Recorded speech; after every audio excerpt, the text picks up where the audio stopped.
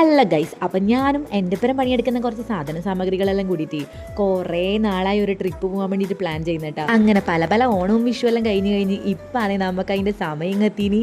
ഒരാഴ്ചയിൽ ആകെ കിട്ടുന്ന ഒരു ലീവല്ലേ, ആ ദിവസം പിന്നെ മോളെ അങ്ങനെ വീട്ടിലാക്കിയിട്ട് പോകാൻ വേണ്ടിയിട്ട് എനിക്ക് തീരെ മനസ്സുണ്ടായിട്ടില്ല കേട്ടോ. അതുകൊണ്ട് ഞാൻ വിചാരിച്ച് എന്തായാലും സതുക്കുട്ടീനെയും കൂടി കൂട്ടിയിട്ട് ട്രിപ്പ് പോകാനേ. പക്ഷെങ്കിൽ മഴ ഭയങ്കരമായിട്ട് പെയ്യുന്നുണ്ടായതുകൊണ്ട് സതുക്കുട്ടീനെ നമ്മൾ പോകുന്ന സ്ഥലത്തൊന്നും കൂട്ടാൻ പറ്റിയിട്ടുണ്ടായില്ലേ. അതുകൊണ്ട് ഞാൻ പഴയങ്ങാടി വഴി പോകുന്നതുകൊണ്ട് തന്നെ എൻ്റെ വീട്ടിൽ സതുക്കുട്ടീനെ ഇറക്കിയിട്ടാണ് നമ്മൾ ട്രിപ്പ് പോയിട്ടുണ്ടായിന്. വണ്ടി കയറി പാടാൻ ഇവളെന്താണ് ഇങ്ങനെ അരച്ചുകൊണ്ടിരിക്കുന്ന ആരും വിചാരിക്കണ്ടേ. എനിക്ക് ജീപ്പിലെല്ലാം കയറിയാലും ഛർദ്ദിക്കാൻ മുട്ടും. അന്നേരം ഇടയ്ക്കിടയ്ക്ക് എന്തെങ്കിലും തിന്നുകൊണ്ടിരിക്കണം, അന്നേരം എനിക്ക് ഛർദ്ദിക്കൂല. എങ്ങനെയുണ്ട്, ഇങ്ങനെ ആരെങ്കിലും ഉണ്ടാ?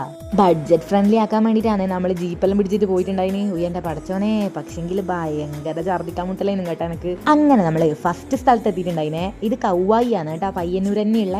അങ്ങനെ ഭയങ്കരമായിട്ടൊന്നും കാണാനൊന്നും ഇല്ലെങ്കിലും നല്ല രസം ഉണ്ടായിനെ. അങ്ങനെ നമ്മൾ അവിടെ നിന്ന് ബോട്ടിങ്ങിനെല്ലാം പോയിട്ടുണ്ടായിന് കേട്ടോ. കയാക്കിങ്ങിനെല്ലാം ഭയങ്കര പൈസയാണ് ഉണ്ടായിനെ.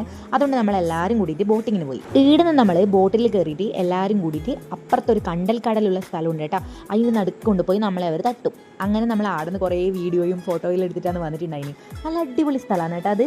പിന്നെ ബോട്ട് പോയ കാര്യം പറയണ്ടല്ലോ. എൻ്റെ പടച്ചോനെ, എനക്കാണെങ്കിൽ നീന്തലും അറിയില്ല, വെള്ളത്തിൽ കീയാനാണെങ്കിൽ മരണ പേടിയുമാണേ. ബോട്ടിൻ്റെ വെയിറ്റ് ബാലൻസ് ചെയ്യാനാണോ ഇനി കൂട്ടത്തിൽ ധൈര്യശാലി ഞാനാണെന്ന് അയാൾക്ക് തോന്നിയിട്ടാണെന്നൊന്നും അറിയില്ലേ. ആ ഏട്ടൻ എന്നോട് മുന്നിൽ പോയി ഇരിക്കാൻ വേണ്ടി പറഞ്ഞിട്ടുണ്ടായിന് കേട്ടോ. പടച്ച റബ്ബേ, അതോടെ ഞാൻ തീർന്നിനി. ഞാൻ മുന്നിൽ ഇരുന്നിരുന്ന് മാത്രമേ ഉള്ളൂ, ഞാനൊന്നും കണ്ടിട്ടുണ്ടായില്ല. കണ്ണ് ഞാൻ മുറുക്ക പൂട്ടിനെ. അങ്ങ് അപ്പുറത്തെത്തിയിട്ടാണ് ഞാൻ കണ്ണ് തുറന്നിട്ടുണ്ടായിനി. എൻ്റെ ഒപ്പരം പറഞ്ഞതെല്ലാം മഹാധൈര്യശാലികളാണെന്ന് ഞാൻ അന്നേരം മനസ്സിലാക്കിനി.